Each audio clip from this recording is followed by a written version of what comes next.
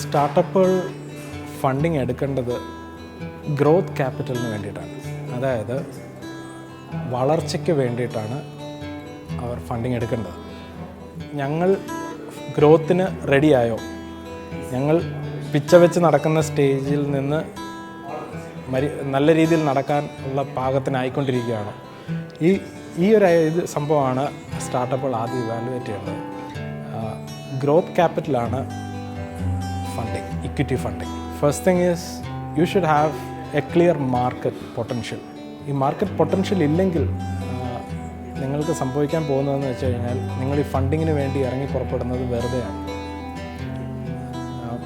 Invest ചെയ്യുന്നത് market potential ഉള്ള കമ്പനികളിലേ ഉള്ളൂ. അപ്പോൾ നിങ്ങൾക്കൊരു ഏർലി ട്രാക്ഷൻ ഉണ്ട്, that proves that there is a potential market. അങ്ങനെയുള്ളൊരവസ്ഥയിൽ നിങ്ങൾ ഫണ്ടിങ്ങിന് തയ്യാറാകാം. ഇതൊന്നും ആയിട്ടില്ല എങ്കിൽ ഫണ്ടിങ്ങിന് വേണ്ടി സമയം കളയരുതെന്നാണ്. ഫണ്ടിങ് കൊണ്ട് എന്താണ് ഉദ്ദേശിക്കുന്നത്?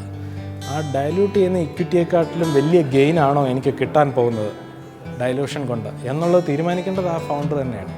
പലപ്പോഴും ഇൻവെസ്റ്റേഴ്സിൽ നിന്ന് കിട്ടുന്നത് കാശ് മാത്രമല്ല.